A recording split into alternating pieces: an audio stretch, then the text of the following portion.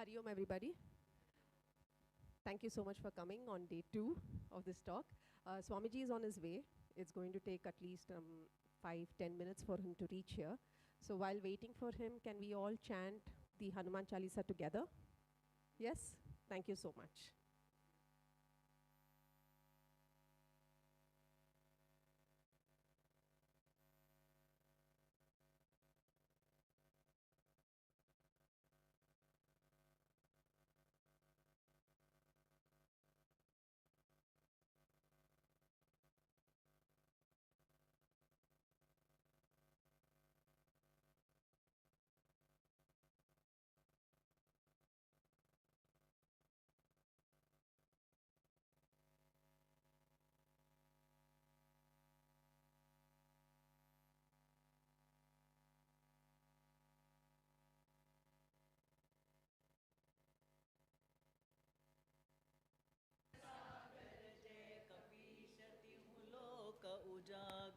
रामदूत तुलित बलधामा अंजनी पुत्र पवन सुत नामा महावीर विक्रम बजरंगी कुमति निवार सुमति के संगी कंचन बरन बिराज सुबेश कानन कुंडल कुंचित केश हाथ वज्र और ध्वजा विराजे कांधे मुँह जनेऊ साजे शंकर सुवन केशरी नंदन तेज प्रताप महाजगवंदन विद्यावान गुणी अति चातुर राम काज करिबे को आतुर प्रभु चरित्र सुनिबे को रसिया राम लखन सीता मन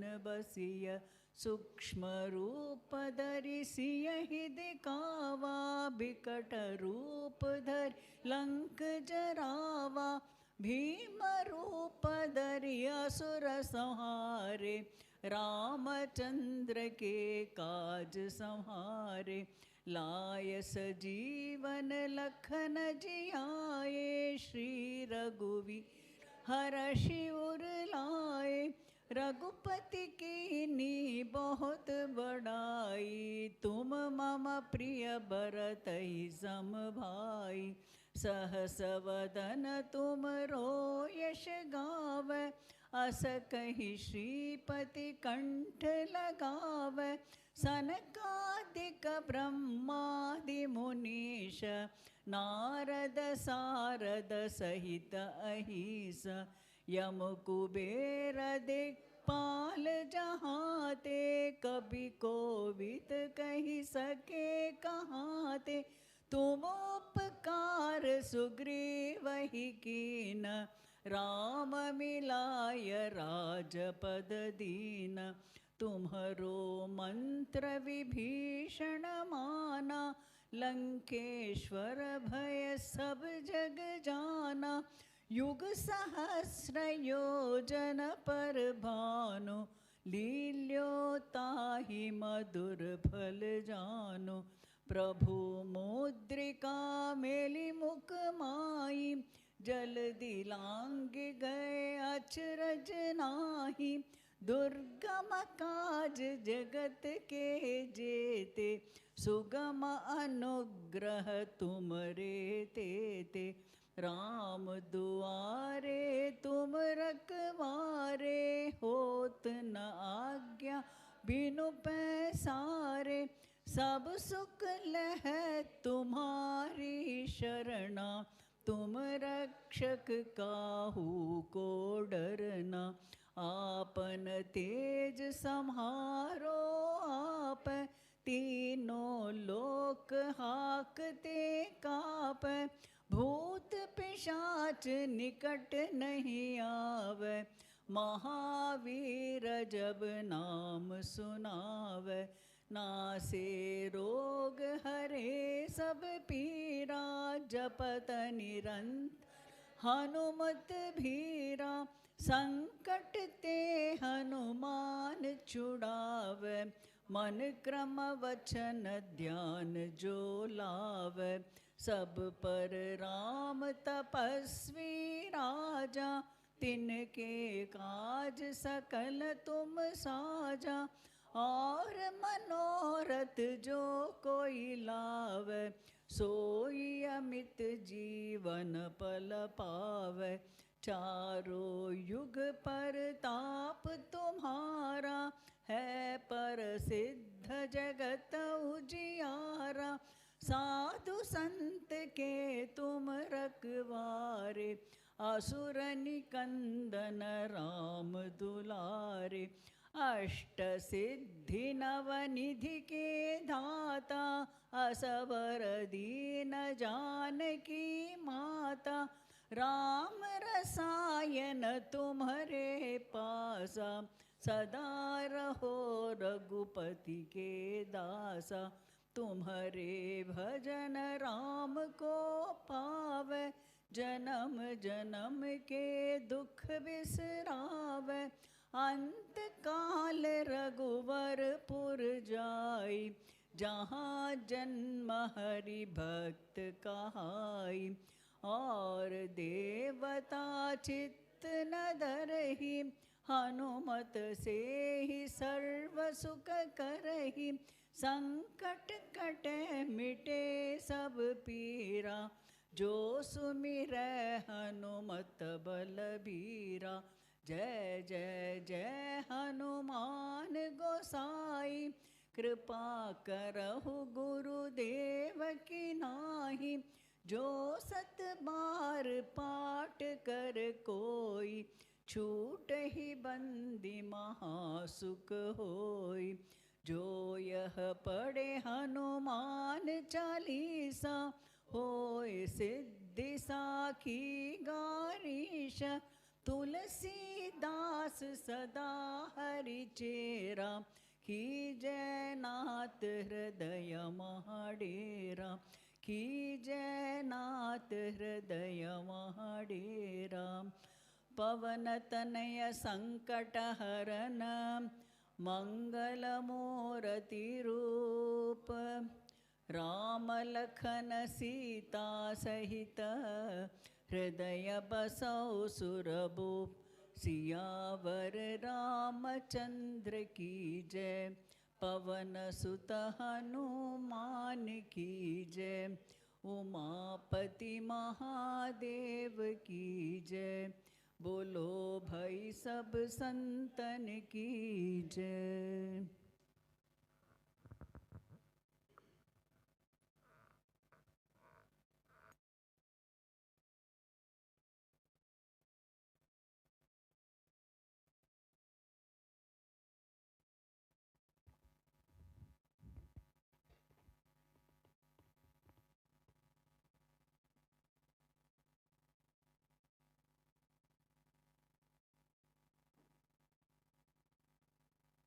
So, where everybody is sitting, there is a flyer. Did everybody receive that flyer? Yeah.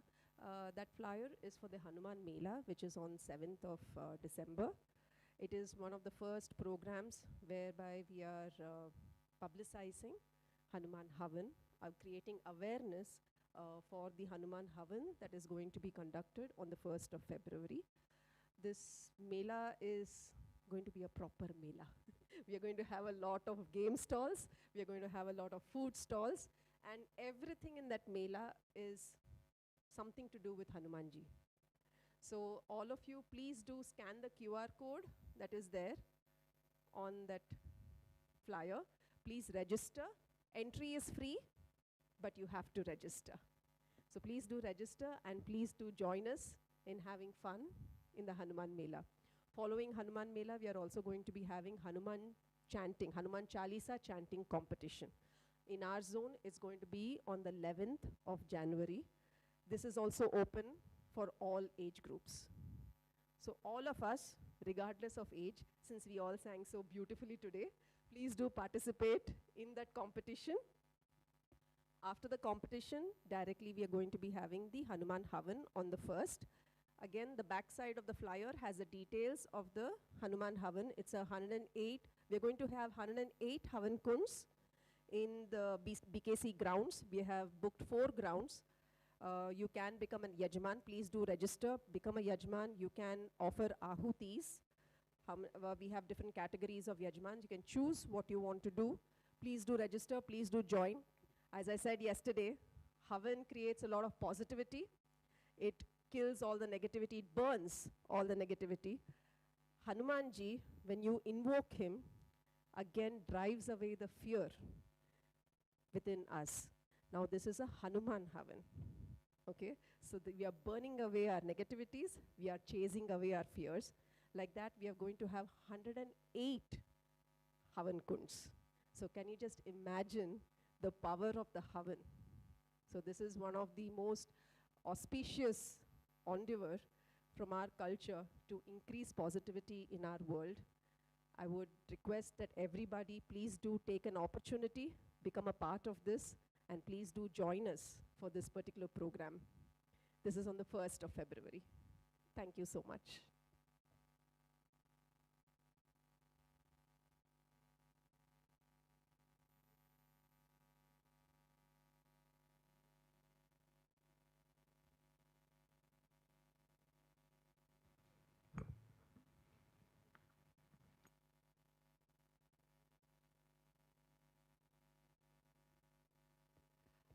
Do all of us know, I think it's going to take another 2-3 minutes for Swamiji to come. All of us know the Guru Stotram, Akhanda Mandalakaram. Can we chant it? Since we are waiting for our Guru, let us all chant the Guru Stotram, hoping that the call will make him hurry and come to us.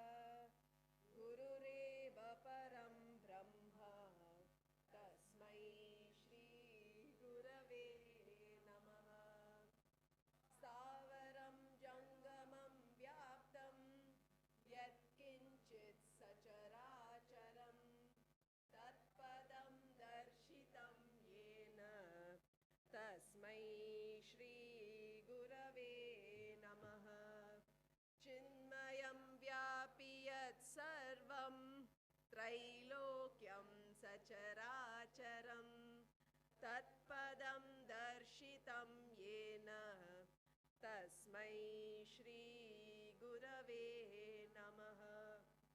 सर्वश्रुतिशिरोरत्न विराजितपदाम्बुजः वेदान्ताम्बुजसूर्यो यः तस्मै श्रीगुरवे नमः। चैतन्यशाश्वतशान्तो व्योमातीतो निरञ्जनः बिन्दुनादकलातीतः तस्मै श्रीगुरवे नमः। ज्ञानशक्तिसमारूढः तत्त्वमालाविभूषितः बुद्धिमुक्तिप्रदाता च तस्मै श्रीगुरवे नमः। अनेकजन्मसम्प्राप्त कर्मबन्धविदाहिने आत्मज्ञानप्रदानेन तस्मै श्रीगुरवे नमः। शोषणं भवसिन्धोश्च ज्ञापनं सारसम्पदः गुरोपादोदकं सम्यक् तस्मै श्रीगुरवे नमः। न गुरोरादिकं तत्त्वं न गुरोरादिकं तपः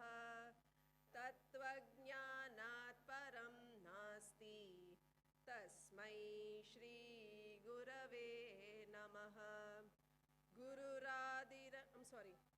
च Gurur Paramadaivatam Guru Parataram Nasti Tasmai Shri Gurave Namaha Mannatah Shri Jagannatah Madguru Shri Jagadguruhu Madatma Sarvabhutatma Tasmai Shri Gurave Namaha Tvameva Mata Cha Pita Tvameva Tvameva Bandhuscha Sakha Tvameva Tvameva Vidya Dravinam Tvameva Tvameva Sarvam Mama Deva Deva Tvameva Sarvam Mama Deva Deva.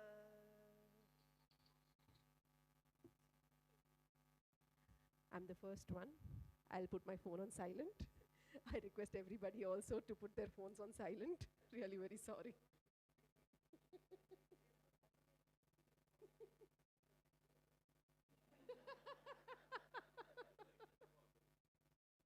Not for me.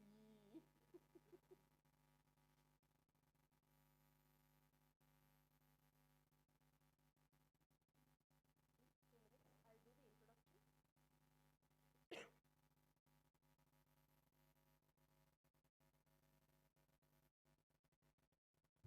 Okay, now the official introduction to today's program.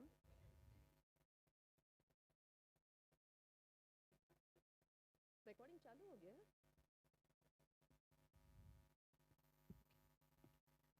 Welcome back to day 2 and the final day of our Yaksha Prashna discourses by Swami Sivayogananda ji. Swamiji very beautifully explained how creation is the most sacred and how Vedvyas ji got the Mahabharata by churning this ocean of creation. From that Mahabharata, Swamiji has chosen a gem of a text, which is Yaksha Prashna, a dialogue between Yamraja and Dharmaraja. This dialogue consists of 124 questions. That would be a very long time for Swamiji to cover. So he's going to cover only a handful of questions. Yesterday we did 4. Swamiji's explanations increase the profoundness of these simple questions. When we first read the question, we only take the surface value. But when Swamiji started explaining each of these questions, we realized how profound each of these questions is, how much of depth there is in each of them. It felt like a magical onion, for me at least. It felt like a magical onion where every layer peeled was more profound than the previous layer. So we'll wait for Swamiji to come before I can say a thank you to him for a very beautiful session yesterday. So I think it will take him another 1 minute to come. We'll all wait patiently. Thank you so much.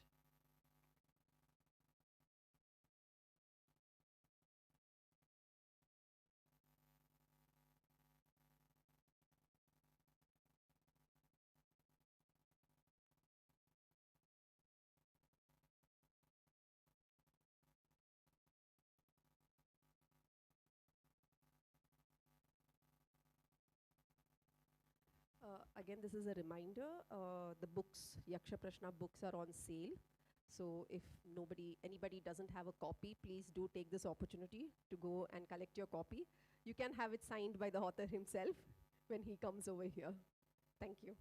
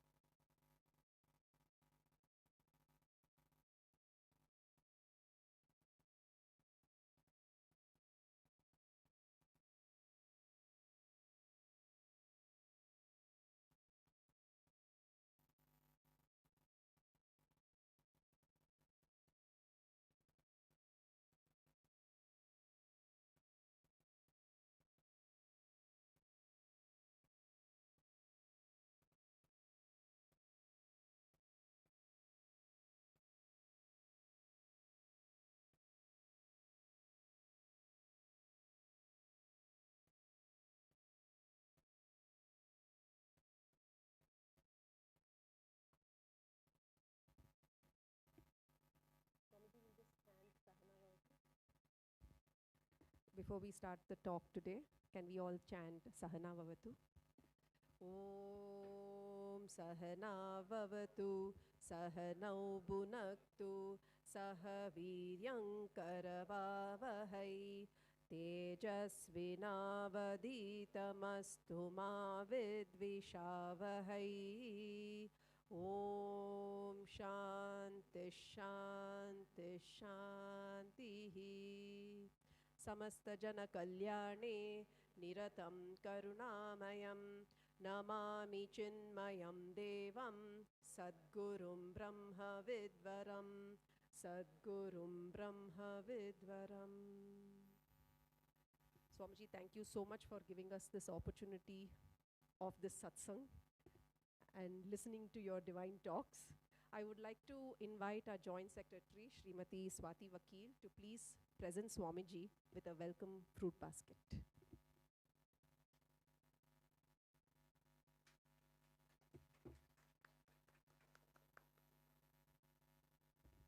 Swamiji, over to you.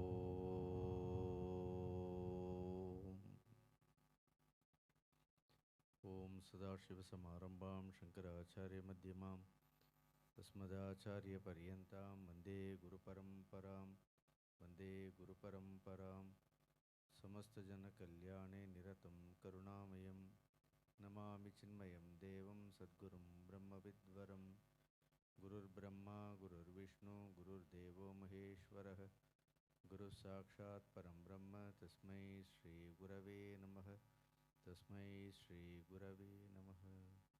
Mukam karoti vachalam pangum langayate girim yatkrupatamaham vande paramanandamadavam paramanandamadavam. Hari Om. So yesterday in this Yaksha Prashna we have discussed about the first 4 questions. They were all centered around this sun. So who makes the sun rise, or what makes the sun rise? Who all accompany the sun closely? What makes him set? In what actually the sun is firmly anchored or established? So they are all related to us also. We have seen all these question and answers. Now the same 4 question and answers. See, when 2 great people discuss, because the one who is asking the question is none other than Yamadharmaraja himself. The disguise of that crane or Yaksha is putting forth all these questions. And the one who is answering these questions is none other than Yudhisthara himself, the embodiment of Dharma. When 2 such great people, when they meet, when they discuss, and these questions has its own surface value also, but only at the outer level they may not discuss things. There must be an in-depth meaning to these question and answers also. So when I read objectively, if you see these questions, it all talks about the sun. Then personally, when I was reading, I was pondering that there must be some subjective meaning, inner meaning, some in-depth dimension must be there for these question and answers. they are not only just discussing about the sun, there is something more to it. That's what I actually felt when I read this question and answers. I have written it in the book also. Now, if you see the another dimension, we're able to follow. You see the another dimension. Now, when we ask what makes the sun rise, Kimsvit Adityam Unnayati. See, the word Aditya can also be differently interpreted. No one general meaning, outer meaning, surface meaning is only it indicates the sun. In spiritually, the sun also indicates the Jivatma. Now we have seen yesterday sun is the source of light, life, energy, intelligence, all that. All these qualities, this Jivatma also has got. This Jivatma is also source of light. Now there is a body, the physical body is there. And behind this physical body, there is an indwelling self is there. There is a Jivatma is there. Generally for us to understand that I am Jivatma itself is very difficult. Because we have so much identified with the body. I live as body. No, but scriptures repeatedly tell us the body is only the outer cover, it is only the sheath. Inside it, there is an indwelling, that Jivatma is there. No, we have not experienced it. We have not seen it. Now, what is the nature of this Jivatma? It is also of the nature of pure light, like sun. The Jivatma is a resplendent light. It is the source of all life. Because of this Jivatma is there, I became restless in the traffic. If that Jivatma is not there, you don't become restless. So it is the source of not only light, it is also light, it is also life, and it is source of intelligence. Because of the Jivatma is there, I am able to communicate, I am able to speak. If that Jiva is not there, no communication is possible in this outer world. But then it is so subjective. As I am able to see this body, at the present condition of my evolution, I am not able to perceive, I am not able to appreciate that I am a Jivatma. But if we do a sadhana for over a period of time, so it needs a different approach to life. If we develop concentration, if we can do little yogic practices, then you will very well come to know that you are a Jivatma, because it is said that the Jivatma is of the size of thumb. So we call it as inchman. So it is only the Angushta Matra Purusha. Now this gentleman is now, they are sitting like this, for example, exactly the Angushta Matra Purusha is sitting like that. It is the replica of this physical body. In fact, the Angushta Matra Purusha is looking at me, but the Angushta Matra Purusha is only looking through this body. So it is clearly said in Upanishads, Angushta Matra Purusha Madhya Atmani Tishtati. In this body, this Angushta Matra Purusha is staying in the midst of the heart. He is there in the heart, not in the physical heart. In this physical body, there is very subtle space. In that subtle space, which is located in a nerve called Sushumna, in that the Angushta Matra Purusha is there, and he is connected to this physical body. Now, whatever the Angushta Matra Purusha does, exactly the physical body is also, it just only the actions of the Angushta Matra Purusha is reflected. So, there is a Jiva.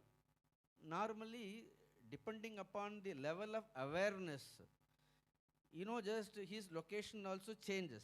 Sometimes he is there at Mooladhara, sometimes he is there at the heart center. Generally, Yoga Shastras say that he travels from the Mooladhara to the heart. In the midst of that Angushta Matra Purusha, in that Jivatma, there is a Paramatma is there. So it is also says Veda mantra, Tasya Shikaya Madhye Paramatma Vivastitaha Sa Brahma Sa Shiva Sendra Sokshara Paramaswarat. So in that Angushta Matra Purusha, now who has to meditate? Not this physical body. The Angushta Matra Purusha has to meditate on the Paramatma located inside it. It is like a dimensionless dot. Now this Jivatma takes, after leaving this body, what happens? Only the body is dropped. But the Angushta Matra Purusha, who is like an inch man, he will have the same physical structure now, but much later, after leaving the body, it loses its physical structure. But all the karmas that it is performed, all the tendencies, all the karma palas are surrounding, just like a small, a light is surrounding. If you see any light, it is surrounded by another light. So all our karmas are surrounding, is embedded in this Angushta Matra Purusha. According to the karma pala, that fellow goes, to another world, whichever world, based on his karma, again, according to the results of the karma or the karmas performed, he takes another body. So again and again, what he does it repeatedly, he just takes the body. It is not that first time we are born. Only thing, this continuity is not understood by us, because death, abruptly puts an end to all our experiences, and we always experience this discontinuity. When we are born, we think that we are born for the first time. Whatever the actions that are performed, all that is totally forgotten. There is no continuity in me. Actually, although there is a continuity is there, but because of my lack of spiritual practices, even this continuity is also I am not aware. I feel that as though I am born for the first time. Then when suffering comes, I always say that I have not done anything, but why God is sending? Exactly, I don't know how he finds my address. He sends all the problems only to me, and to a neighbor gets all happiness. I don't know why I'm always God fearing. I have not done anything. We just go on lament, because we don't remember in the past this jiva in a different body, at a different place, in a different location, what kinds of karmas it is performed, how we are born. See, nothing is not known, because death puts an end to this continuity. So there is a memory, just like if somebody meets with an accident, suddenly what will happen if they get hit, then if some brain hemorrhage happen, they will not remember anything. Like that, we don't remember anything. But we are born again and again. This question, these 4 questions, talks about the bondage of the jiva. It is not just talking about the sun. Now you ask this question, what makes the sun rise? You remove sun, there you put jivatma. Then what causes this jiva to be born repeatedly? You got my point? What causes the jiva to be repeatedly born? So what is the answer? What was the answer that we saw yesterday? Brahma Adityam Unnayati. That means the same answer. Brahma is the cause for jiva's repeated birth. Now when we say Brahma, yesterday also I explained, Brahma means it is a pure, Vedic knowledge. So knowledge causes repeated births for this jiva. You underline this point also, then much later we will discuss about it also. Now when we say Brahma, the Vedic knowledge, or the knowledge that is in the Vedas, that causes jiva's repeated births, then we should question it. Then these Vedas also divided into 2 parts. This Vedic knowledge, this knowledge is also divided into 2 parts. One portion of the Vedas purely talks about the Karma Kanda. Another portion of the Veda, it purely talks about the Jnana aspect of the Jiva. Now even if you have little knowledge about all these Vedas, generally Vedas are divided into 4 parts actually. See, there is a mantra portion, there is a Brahmana portion, then there is a Aranyaka, and there is Upanishad. Have you heard about all these things? See, there is a mantras are just recited. Normally, when a brahmachari goes to a ashram, he only just learns the mantras. He does only, see, Vedic recitation means only mantra level. They learn the mantras, they recite. Then they apply all those mantras. Then that application part of those mantras is called a brahmana. That is called brahmana portion. The same mantras which are learned, which are recited, which are by hearted, that person who has learned this knowledge, then he puts all those mantras into use to perform various kinds of karmas. So all these mantras that you find in Vedas, especially in the Karma Kanda portion, we will call it as Purva Mimamsa. It is called Purva Mimamsa. Then Upanishads are called, I am just giving you little more, throwing more information, that's all. Then there is a Uttara Mimamsa is called Upanishads. But mostly, this Purva Mimamsa or the Karma portion, the Brahmana portion of this Upanishad, they deal with only, they prescribe various karmas for the jiva. Do this karma, do that karma. In fact, we are not doing those karmas also now. Even the karmas that we prescribe, we do today, even we are not indulging in the karmas prescribed by the Vedas. Even Vedic karmas also we are not doing. See, our knowledge is so, we have only gained some kind of a material knowledge. It is not even a Vedic knowledge, but this material knowledge is also part of the Vedas only. This knowledge also we get from Vedas. Now this jiva, it doesn't, progress. It takes all the knowledge only from the karma. And we also have so much of knowledge. And what are we doing? When we have knowledge, this knowledge helps us to perform only karma. That's what we are doing. Maybe it is an engineering knowledge, or it may be a knowledge about accounts, a knowledge about some kind of a technology. Forget about Vedic knowledge. See, why we gain this so much knowledge? Because without knowledge, we cannot perform any karma. So all the knowledge over the period of which I have gathered, with this knowledge only I perform karma. So with this knowledge, I cannot liberate myself.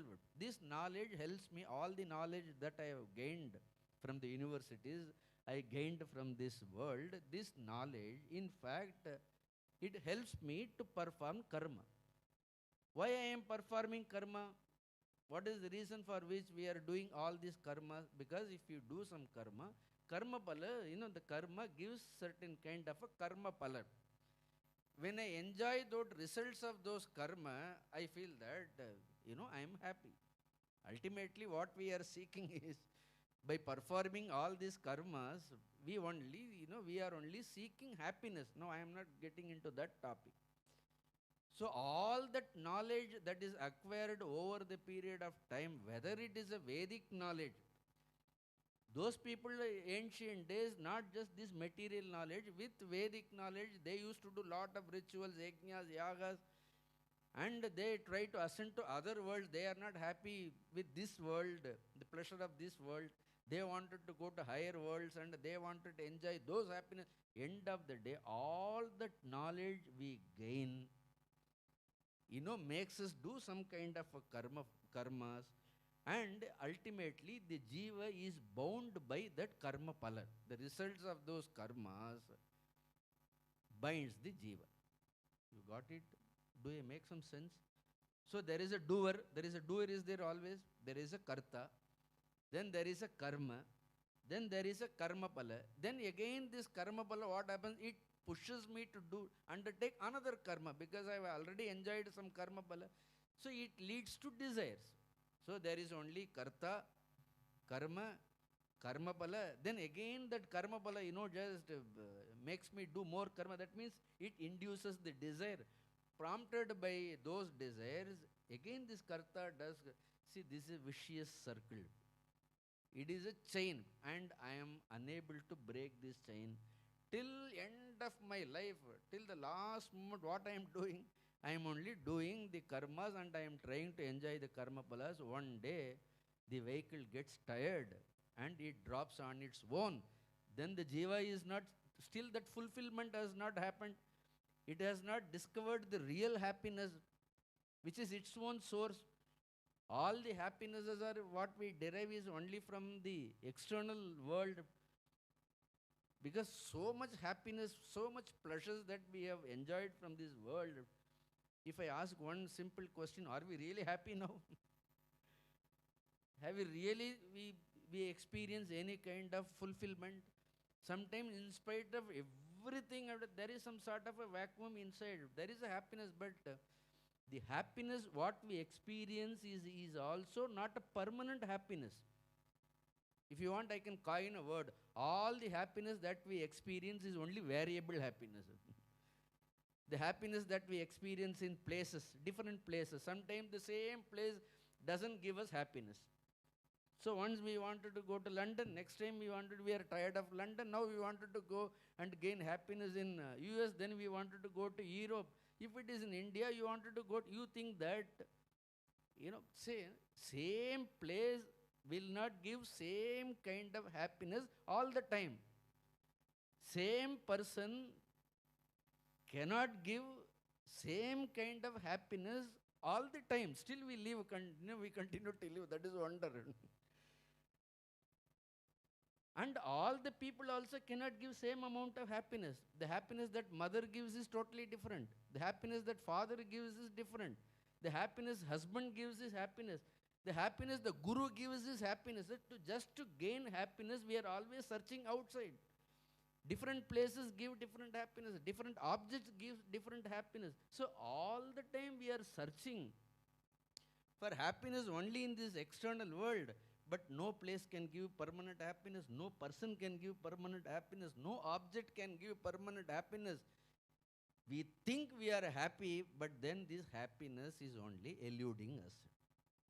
Am I right or not? It is not that I don't say that we don't feel happiness or not. But then another question is, how do you define happiness? Suppose when you say that, you're supposed to define happiness. Can anybody define happiness? Why are you so silent? A simple definition you give for happiness. A simple definition for happiness is that which puts an end to all sorrows. A simple happiness is that which has to put an end to all our sorrow. Now you take all the happinesses that you have enjoyed all the time throughout your life. Can you say that yes, all this happiness has put perpetually, permanently, it has put an end to my sorrows? Can you say that? In fact, Gurudev beautifully says that what happiness is, what we experience between two sorrows is happiness. Happiness is that which man experiences between two sorrows. See, as we are experiencing the happiness, we are afraid when it will end. If you see that children, when you give them a small ice cream, as they were eating, they were looking, because it is as you, in front of you, that which is giving that happiness, slowly that happiness is disappearing. Even you may put your tongue inside that cup, but the object has its own limitations. It cannot give permanent happiness.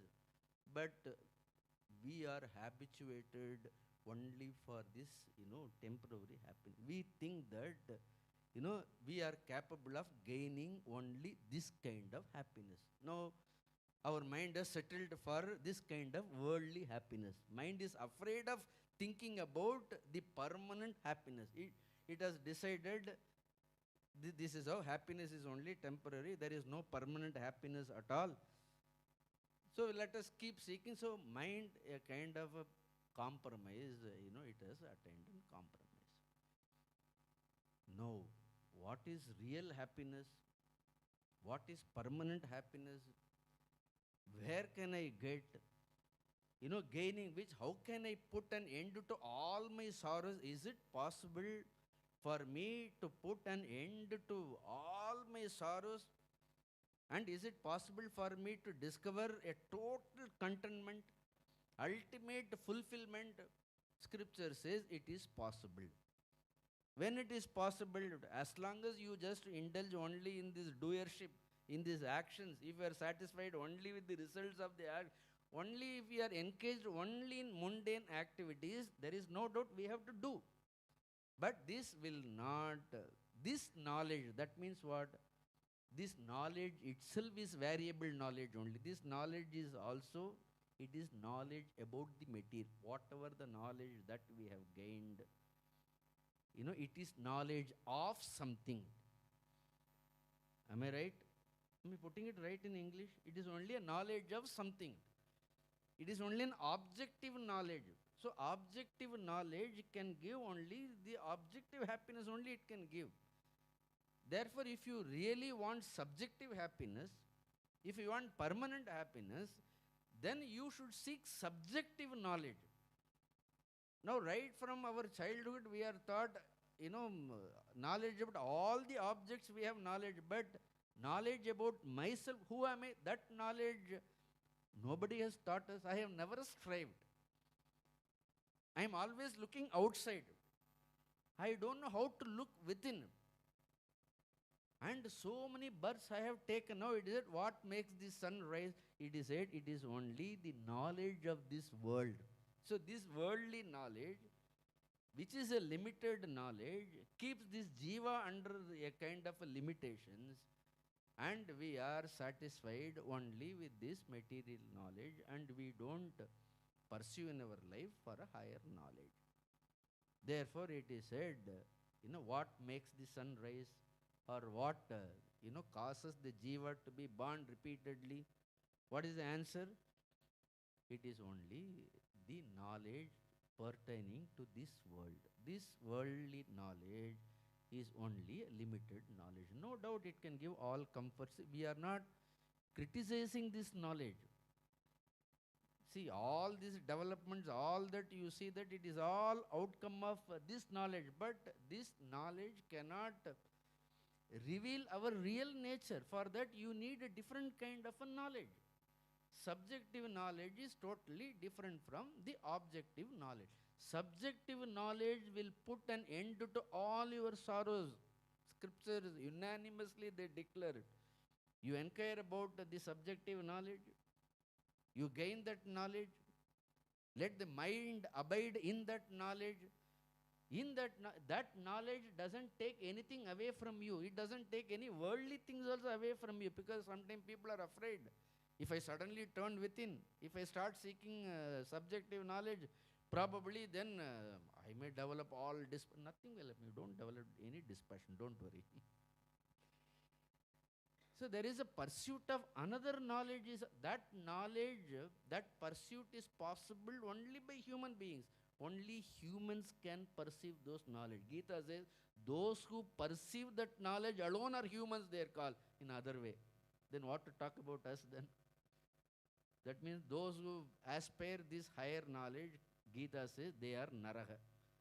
Naraha means, Nara means human beings. Those who are not interested in this knowledge, Gita says, you put one va in before that.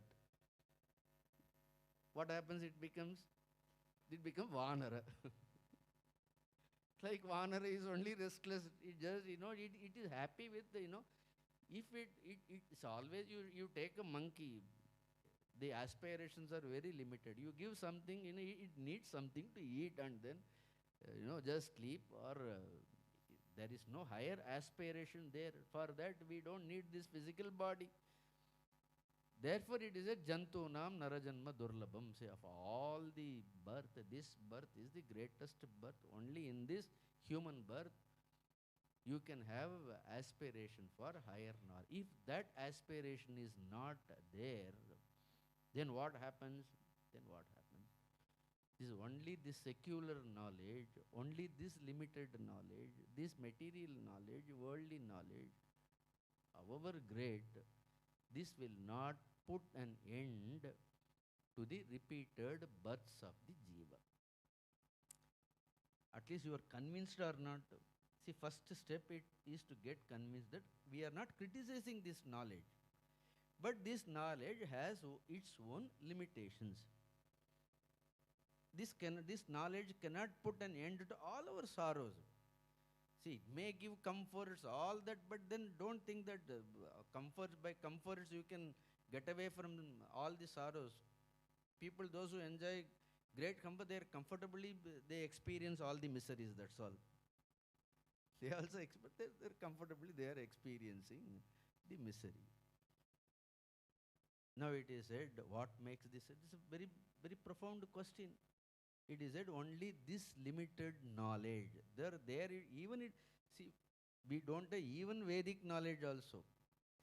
Here the Yaksha Prashna says, even the karma, Vedic knowledge, even the, it is called Aparavidya, Paravidya. I don't know, you have read Upanishads, if you read Mundaka Upanishad and all, one is called Paravidya. Then another one is called Aparavidya, Rik Veda, Yajurveda, Samaveda, Adharana Veda, all Veda Angas are all put together, it will say that it is only Aparavidya. Even Vedic knowledge is called Aparavidya. Then what to talk about all other knowledge which we have gained?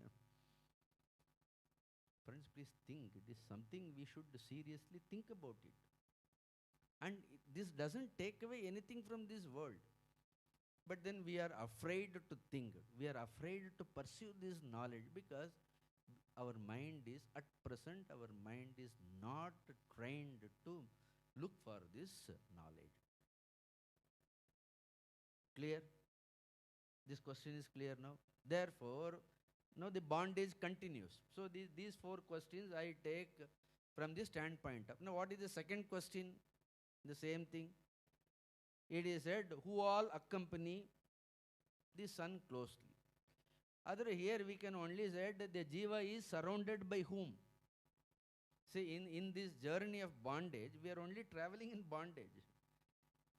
See, we are not moving from bondage to freedom. From one bondage, we are moving into another bondage. It is a journey within the realm of bondage only. Now, jiva is not traveling alone. So, jiva is surrounded by whom? So, when I ask that, don't say that husband, wife, children, all that. Jiva is surrounded by what? It is said Devaha. It is wonderful. The answer is what? Devaha. There Devaha means we have seen that Navagrahas, all that. Here Devaha means what? The Jiva is not alone. The Jiva, this fellow is sitting inside. He is surrounded by certain faculties. Here Devaha means Dyotanat iti Devaha. Dyotanat means that which, just shines. Now, Jiva is not alone. For this Jiva to have this kind of experience, the outer world of experience, it is possible for the Jiva to experience this world without any instruments. It is possible for him. So, all this Devaha means what? There are senses. Senses are all. How many senses are there? Senses mean Indriyas. How many Indriyas are there? Yeah, we have 5 Karmendriyas are there. 5 Jnanendriyas are there. Then exactly 5 objects are there. For each Jnanendriya there is a Shabda, Sparsha, Rupa, Rasa, Gandha. So all these sense organs, they are each sense organ is like a light. It is there. I am able to hear, I am able to see, I am able to touch. All the time, these sense organs are like a light. It is functioning. You got it? If these sense organs are not there, Jiva cannot see. Now who is seeing? Jiva is seeing. But without the eyes he cannot see. Without the ear, the instrument called ear, sense organ called ear, he cannot listen.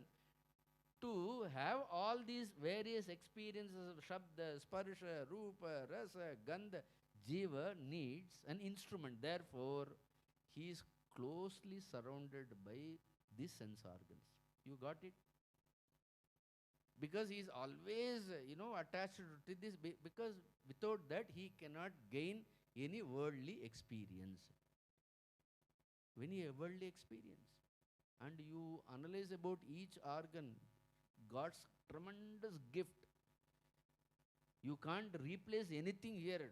Whatever you replace, it is not exactly one. If one tooth goes, you may get, but it won't be like original one.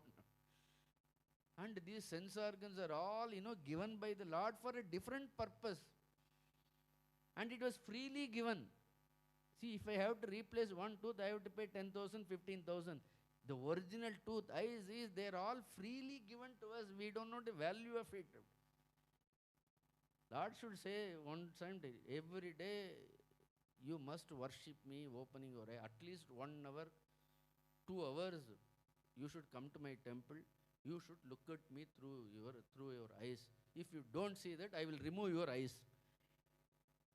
If he puts this condition, we will all, now we know the value of the eyes. Every day, at least 2 hours, you go to some Swami. He may be a terrible person, but you should listen to him. Only if you listen to the satsanga, then I will keep other. If you don't listen, I will make you deaf. And you should every day chant Bhagavad Gita. If you don't chant, I will make you dumb. Then we will learn. You see that? If he says that you listen about me, you hear about me, you see me, you taste me, you touch me, otherwise I will, remove. Then if that kind of the fear is created, then we will do. Now God has given these wonderful, beautiful senses. He has given us all the freedom. He doesn't even know where he is hiding. He doesn't insist on anything because we love freedom. So we are happy that, God is not troubling us. So we also don't get troubled by the Lord. That thought also doesn't come. So, but then we don't even think how wonderful gifts are given for this jiva. We don't even thank him. You got it? No, the senses are there. Not only the senses. Then there is a mind is there. Then there is an intellect is there. These all put together. The jiva is surrounded by the senses. Jiva is surrounded by the mind. Jiva is surrounded by the intellect. These are all called the instruments. Now the jiva is always habituated to go out through only these instruments. So all these instruments, what has happened? Because of jiva's constant association with this instrument, what we are in deep waking state, physically we are attached to the jiva as a jiva in a waking state. Physically I am attached to these senses, and what I am seeing, what I am experiencing the physical world. Now when I sleep, what happens?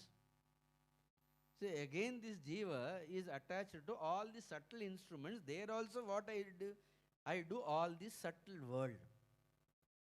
But that one experience is there in deep sleep. Jiva is not attached to any of these instruments. What happens? What do you experience? So you are in deep sleep now. See, when the jiva is not in association with any of these instruments called senses, mind, intellect, what happens? We don't die. What happens? We experience uncaused happiness. That happiness, what we experience, see, sometimes you don't get 2-3 minutes that good sleep. In that, when we are not associated with any of this, you are sorrowful or what? We experience the real happiness. See, that's what God, He sends every day back to our own home. Even 2-3 minutes you just sleep. The moment you get up, you see their faces. People come out of their deep sleep. Their face it shines like anything. That fellow, if you don't get that sleep, what will happen? You look at his face. Therefore, we think that happiness means only when there are senses are there, mind is there, intellect is there. If I go out, if I gain that happiness, that alone is real. It is not real. Actually, we are habituated. What happened? All these devaha, for example, all these senses, mind, intellect, jiva association with these senses made us more extrovert. We have become more extrovert. Now there is a beautiful sloka. Have you studied ever Kathopanishad and all? You have studied Kathopanishad? That is, I have heard about Kathopanishad. There is a beautiful verse which is Paran Chikani Vidurnat Swayambhu Parang Pashyati Nantaratma Kaschit dhiraha atmanamaikshat avritta chakshuhu amritatvamichan. That is a beautiful song. This kani means all the senses. Para anchi.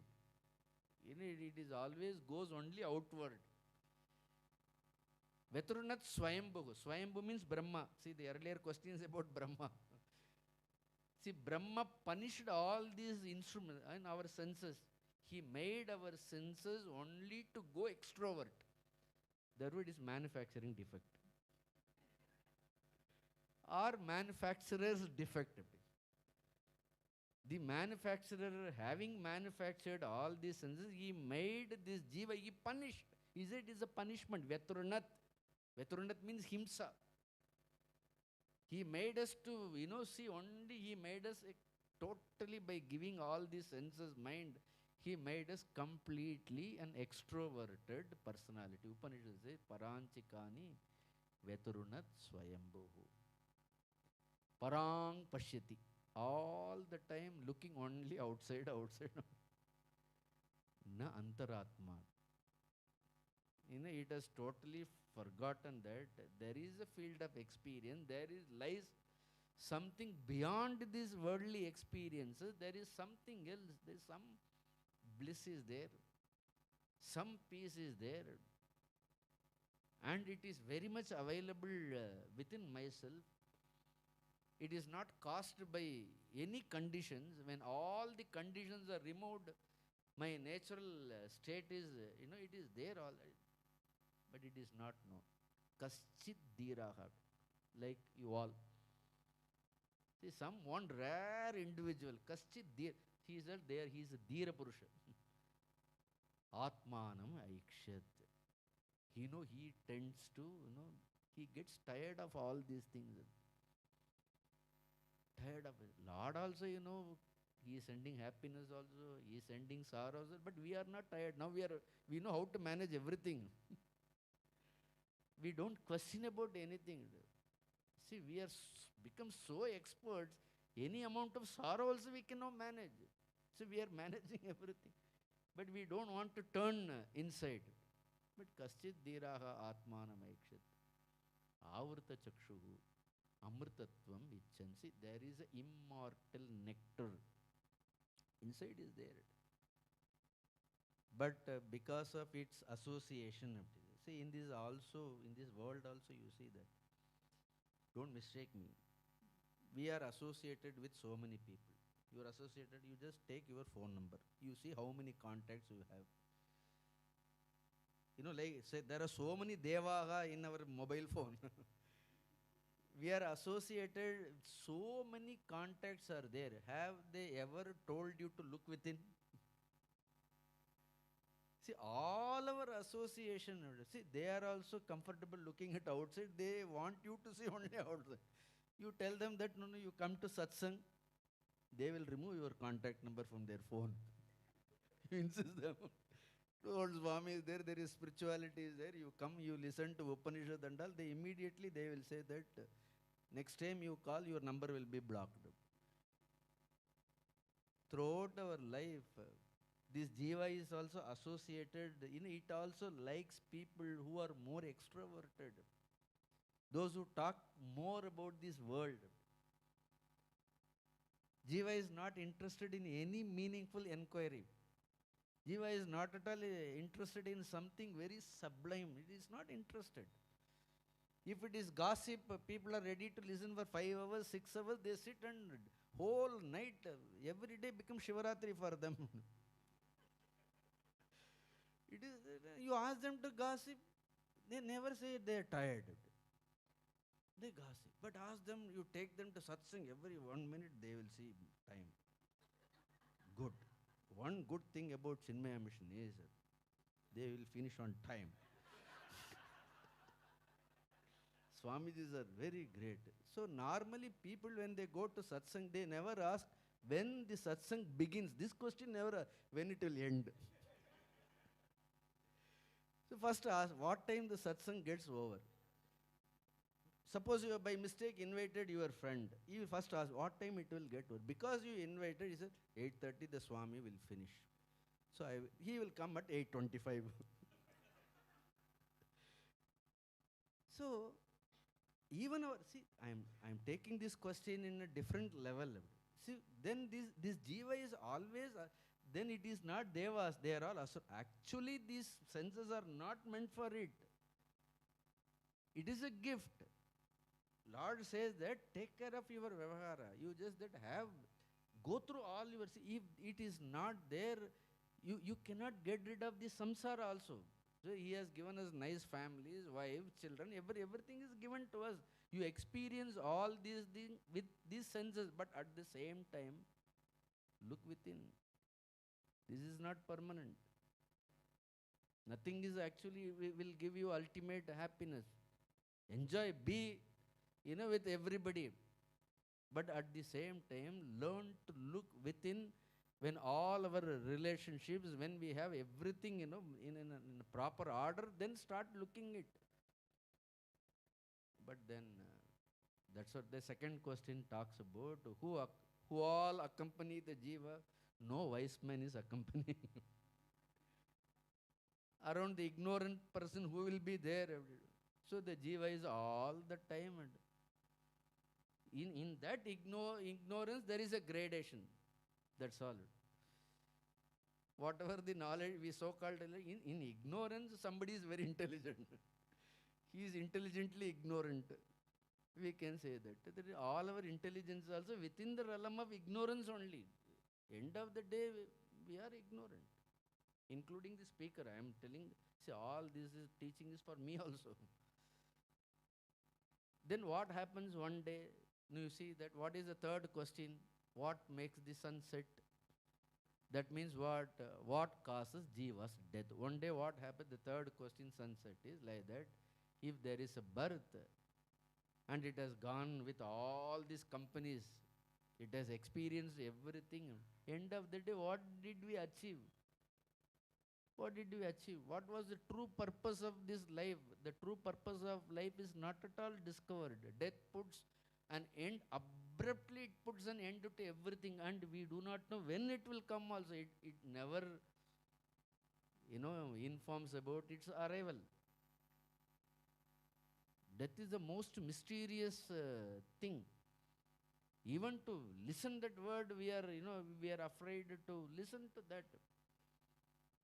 But this life is given only to conquer all these things. Yesterday also I said we should know art of living. It is not art of living. We should know how to leave this body. But then death. What is the answer for that? For in the sun, what is the answer? Dharma. There also what dharma is said, it is Kala Dharma. Here also what? Kala Dharma. Suddenly one day Kala comes. Because he closely works with karma. Kala closely works with, one day what happens? Suddenly Kala comes. Gone. He puts an end. Then that is what? The prarabdha karma.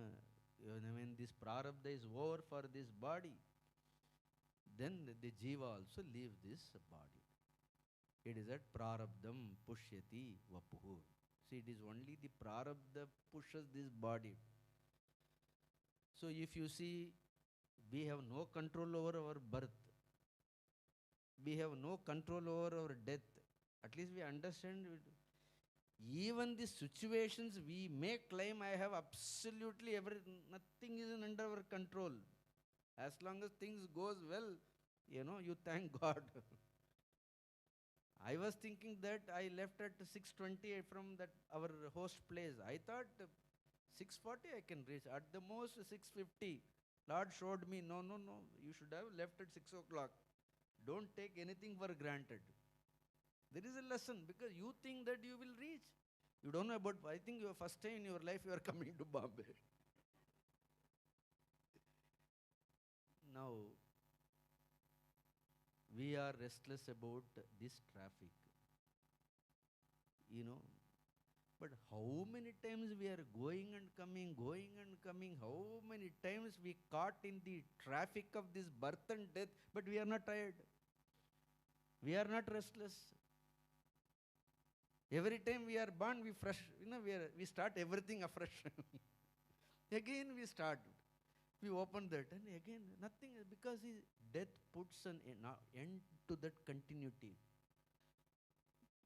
A yogi remembers, only the yogis know that continuity. They know that knowledge. Therefore, they feel, I have squandered this opportunity in my earlier birth.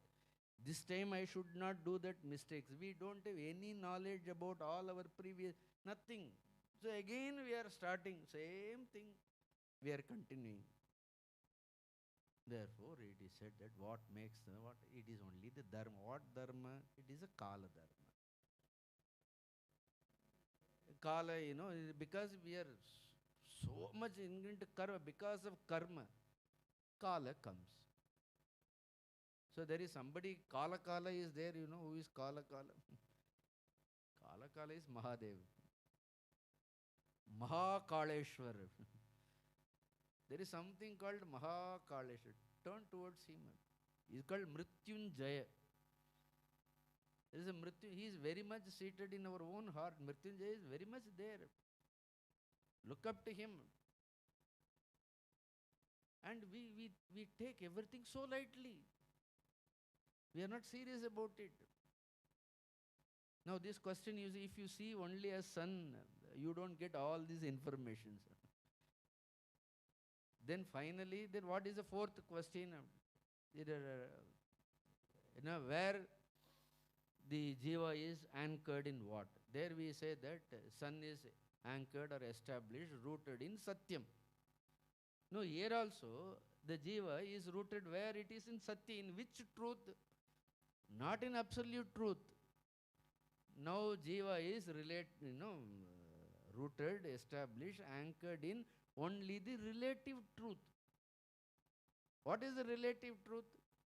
This body is a relative truth. Senses are relative. Mind is relative. Intellect is relative. Not knowing that this is not absolute truth, it is only a relative truth. It thinks this body is I, this mind is I, this intellect is I. Then all the world of objects are mine. See, two idea. Only the body is I. All these senses, mind, intellect, all these instruments, the so-called, the assemblage, all put together is I. And all the objects that I am experiencing is mine. So this I and mine put together is called relative truth. Apart from that, is there anything in our life apart from this I and apart from mine? Nothing is there. Everything is only relative truth. And perpetually, every time when it is born, the same story continues. I can add on adjective also, shamelessly. Shamelessly, it doesn't feel, it is a routine. Punarapi jananam, punarapi maranam, punarapi janani jadare shayanam, iga samsare bahudostare, kripaya pare pahi murare, bhajago. Only Shankaracharya can only sing. Otherwise, it is the same story. We don't even make an attempt to break it. We are afraid of listening to all this truth also. We are afraid. See, ignorance has gone so deep. All these worldly pleasures has made us so weak. We think we are intelligent. We think we are strong. Please understand, they have made us so weak. Our mind has become weak. They are all habituated to all these things. But then we are not against samsara. Let it be there. Let all worldly things happen. But what is the problem to look within? At the same time, we should look within also. But if we don't look within, and if we think only this is the absolute reality, then he says that, then such people are called mudaha. Our scripture says that mudaha. They are not happy with it. They will add one more upasarga also. Pramudaha, they will say. So this is the bondage. Now 4 indicates the bondage, the birth, all this attachment to the senses, then it causes death. This birth and death, this circle is nothing but a relative truth. But then is this life is meant only to experience only these shadows? Meant only experience this relative truth? Is there no absolute truth? The same four questions talks about absolute truth also. That is the beauty of this Yaksha Prashna. Now you see, you have time, shall I have, can you give me some 10-15 minutes more time? No? Now you see the same four questions. We have discussed from the standpoint of relativity. The same questions now we will discuss from the standpoint of liberation. See, same question talks about bondage. Same question talks about liberation also. Ready now to do this exercise? See, it is not just intellectual exercise. I am not giving any intellectual exercise. It is beautiful, wonderful to reflect. I have seen what is bondage now. I understood what is bondage. Now there is a way out.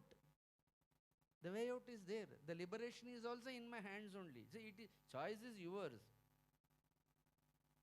And only we alone can liberate ourselves. No guru can help, no scriptures can. See, everybody can only point out. End of the day, we have to finish our story. Nobody will write it is our own story. We have written and we have to finish it. Others, guru can help us. Scriptures can point out. That's what we say, that don't depend on anybody. Yeah, we have to bless ourselves. Now it is said, the first question when it is asked, Kims with Adityam Unnayadi? The question is, if you see from the ultimate standpoint, then it's instead of asking what causes the jiva to be repeatedly born, here that Unnayadi you takes us awakening. What awakens the jiva from ignorance? You got it? What or who awakens? Kims with, who or what? Unnayati means awakens. Adityam is the same jiva, is awakened by whom? What is the answer? Brahma Adityam Unnayati. Here the same Brahma means what? Again the same Vedas, not the mantra portion, not even the Brahmana portion. Then there is an Aranyaka, it is all about Upasanas. Upasanas also has its own limitations. Then there is ultimate knowledge. It is not knowledge of something. It is not objective knowledge. The same Vedas talk about the very subjective knowledge. It is called Adhyatma Vidya. Only Adhyatma Vidya can awaken the soul from its ignorance. Krishna says, Adhyatma Vidya Vidyanam. Of all the knowledge, Krishna says that, see, everything is my own manifestation. But of all the knowledge, he says that I am the subjective knowledge. Adhyatma Vidya Vidyanam. That's what, even if you hear, see, next question is talking about listening. You should call me some other time to listen to that. It is all about how to listen. Listening is also an art. Listening is an art. If you know how to listen, then you can liberate yourself. But most of the time we just hear, but we don't listen. There's a lot of difference between you are hearing or listening now. There is a lot of difference between studying and learning. People study, they don't learn. People hear, they don't listen. Listening takes you to different dimension. If you know, listen, the listener will be destroyed. The listener will disappear if you know how to listen. That's what Shravanam has given. But now you just, when this Adhyatma Vidya is given, listen. When the same thing is listened from a person who practices it. See, there are two things. Who has experienced it all the time, don't search for people who have experienced it. It is difficult to find. At least if someone is sincerely practicing it, even if you listen this knowledge from a Vairagi, you will be benefited. But that person, if he practices it, this knowledge, if those people are committed to this knowledge, if they have sacrificed it for this knowledge, if they are practicing that knowledge, still we would be greatly benefited from their association. So this knowledge, but this knowledge is about me, about my own soul. But then, even to listen, see, you may give 1 lakh pamphlets, but if only 10 people are destined to listen, they only will come. This knowledge doesn't reach that easily the ears of everybody. If you have come, you are continuously coming, you are interested in listening, you congratulate yourself. Because you are blessed. This knowledge touches the ear of only blessed people. That means what? The moment even you happen to listen even once, the process of liberation is already started. You are moving in a different direction. You understood the seriousness of this? It's something, even if it touches our ears, we are blessed. Because it is Bahunam Janmanamante Jnanavan Mam Prabhadyate Vasudeva Sarvamiti. Sa Mahatma Su Durlabha Gita says that Bahunam Janmanamante. After so many births, that human being, that individual, happens to listen to such, knowledge. Durlabham Trayameva Etat Devanugraha Hetuk Manushyatvam Mumukshutvam Mahapurusha Samshayam. Shankaracharya Bhagavan says, if these three are very rare, suppose Manushyatvam is rare, but if you develop interest for listening this knowledge, that Mumukshutvam, you get it, still you are more blessed. If someone is there to guide you, then ultimately your job is done. Your day, they say, no, your day is made, your birth is punyam. You are a more fortunate person. But then, who is interested in awakening? People are interested in getting up and going on. People are not interested in their own that awakening. Gita, the Lord also says, I don't know whether he must have wrote that sloka out of frustration. Manushyanam sagasreshu kaschit yatati siddhaye yatatam siddhanam kaschin mam vet. Have you heard this slokas? I don't know. Lord is not frustrated. Lord is praising such people are very rare. This is the rarest knowledge that we have. And every country is looking up to us for this knowledge. Therefore, it is said, if this knowledge, we should keep this knowledge burning. We should keep it alive. We should not put it off until the jiva, finds its own real nature. We must commit ourselves to this knowledge, because this is not the knowledge about anything, it is about myself. Then what is the second question? Suppose that interest has come, that Adhyatma Vidya. Then it is said, what accompanies the jiva in its awakening? Now, in its ignorance, we have seen.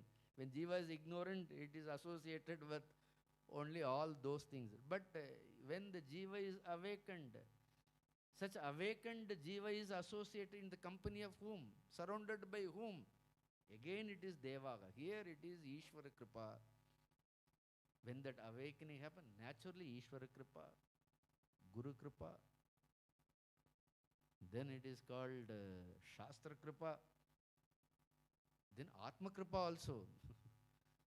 Atma Kripa also. See, these are all the then that awakened soul, which is aspiring for that liberation, all the time. You see that it's the moment you desire for liberation, immediately, we say that Ishvara comes and stands. He says that he protects it. Until that he will not, for worldly things he will not come. He said that you put that much, I may give this much. Here, the moment a person seeks for liberation, Lord comes, it is said that he puts a fence first. It is said in Tamil, there is a beautiful song. The moment a person aspires for God, God comes. First he puts a fence. He protects all the senses. He sees that senses doesn't loot him. Object doesn't loot him. And he stands there. He guards that soul. That is his blessings. It happens. The moment you see that awakening comes, you will be in the company of great people, good people. Earlier also we are associated with the people. Now your contact number will change. First you will store my number, example. Don't think I am praising me. I am just, for humor's sake, your numbers will be, all Swami's numbers will be there in your contact. All the time you will be surrounded only by ochre robes. Do you feel happy for it? To have a company of good people, saints, sages, our company, it will change. Now what else, if you ask me to talk, what else I can talk? Because of blessings of Guru, I know only this. Even to earn my food, I have to speak only this. Because this is, see my company. I am surrounded all the time by noble souls. I need not worry about anything. I don't know where to stay, when food will, everything is arranged. People are lovingly taking care of it. They love us so much. Why? Because the only thing is I am the seeker of the truth. Therefore I get this respect. Therefore they love me. Therefore they feed me. Therefore they are sitting and listening. See the company to whom I am talking. Now I am surrounded by all wise people, you see. The Devaha is Ishvara Kripa, Guru Kripa, Shastra Kripa, Atma Kripa. Not only Devaha means Shat Sampatti is called Devaha. You will be Shama, Dhamma, Uparati, Titiksha, Shraddha, Samadhana, Viveka, Vairagya, Mumukti, all. This is real wealth. This is Mahalakshmi. Wealth of knowledge, wealth of virtues. Mind will not, run after anything which is not dharmic. All the time, the mind is so peaceful. It is so purity. You will be surrounded by pure light. A pure light will guide you. You will be surrounded by the spirit of the Lord. The Lord himself will surround. Deva, the Lord only comes surround such a person.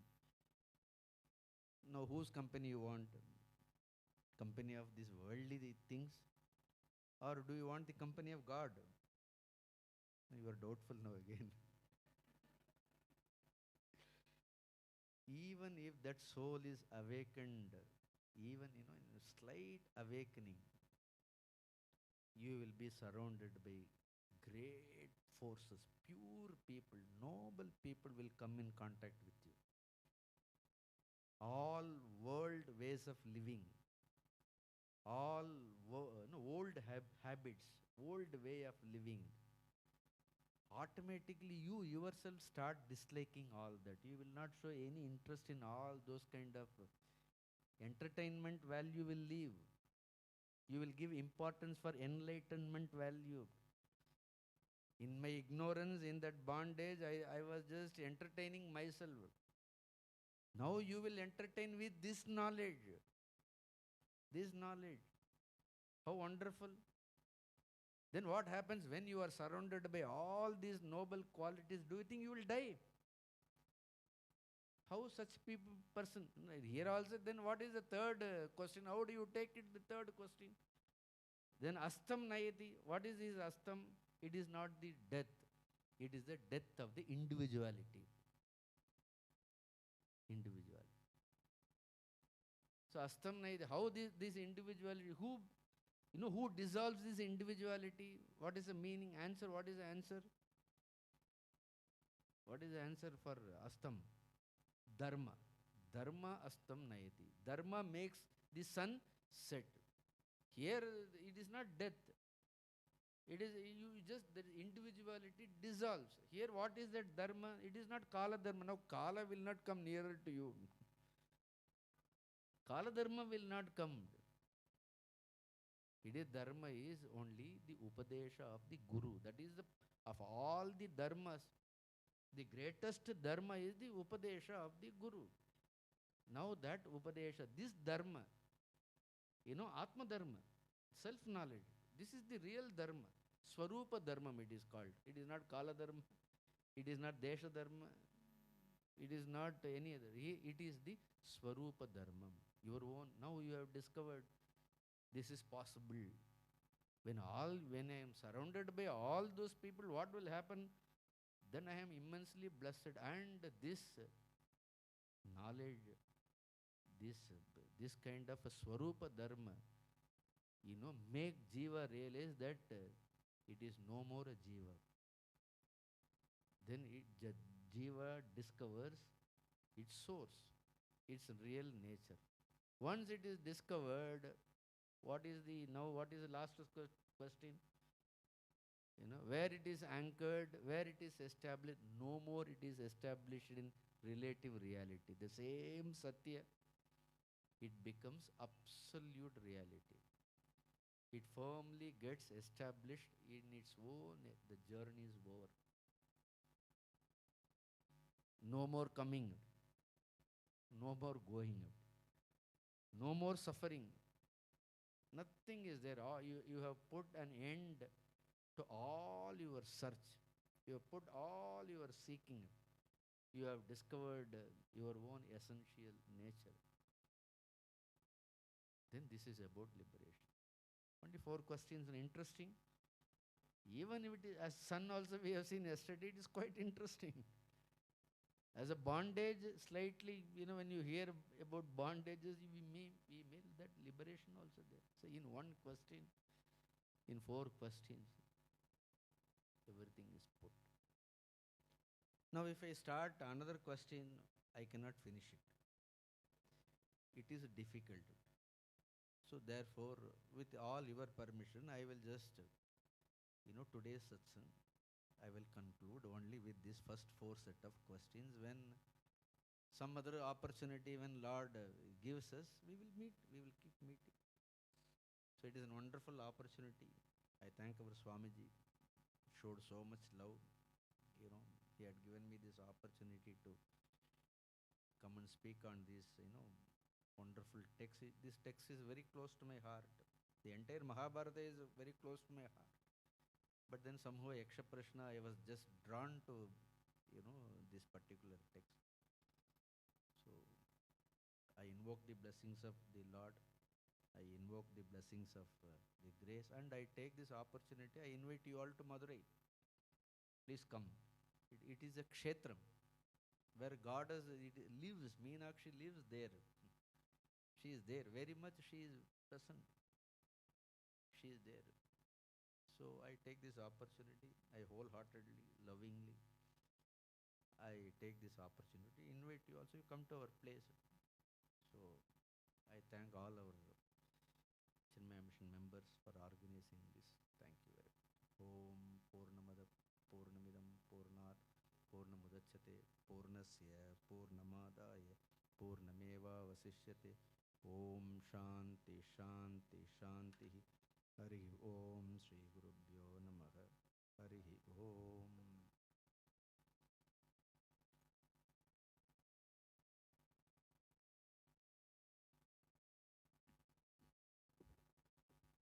I would like to extend deep gratitude to Swami Sivayogananda ji for sharing these deep insights with all of us seekers.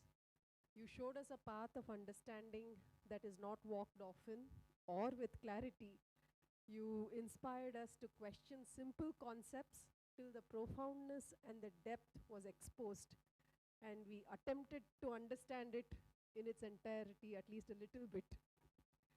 I would like to now call upon our secretary, Srimati Deepal Shaji, to please present Swamiji with Guru Dakshina on behalf of Chinmaya Prakash Zone as a symbol of our deep gratitude for this knowledge that you have imparted to all of us.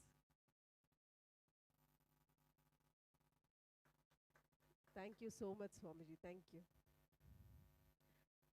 I would now also take this opportunity to please extend my warm gratitude to Swami Swatmanandaji and to Chinmaya Mission for inviting Swamiji to Bombay and giving us an opportunity to listen to his satsang. The festival team of Chinmaya Prakash Zone organized this event in an excellent manner. The 2 days of talk was very well coordinated and conducted. Thank you so much. Thank you to each member in this audience for coming these last 2 days. I hope that by availing this opportunity, we have been inspired to apply these concepts that we have learned into our lives and thereby enrich it. Thank you so much, Swamiji. All of you, please stand up for the Aarti.